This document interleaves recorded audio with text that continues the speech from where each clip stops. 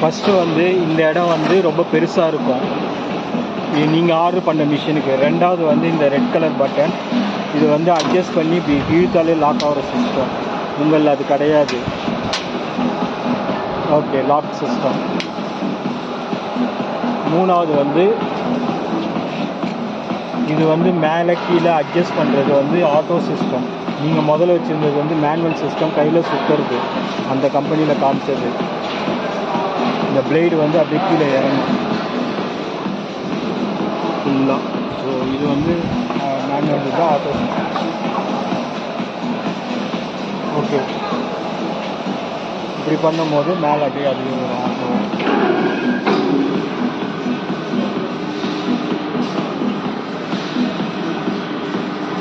是喷涂机，接不到电的情况下都可以使用，可以连续工作40分钟，可以喷涂外墙。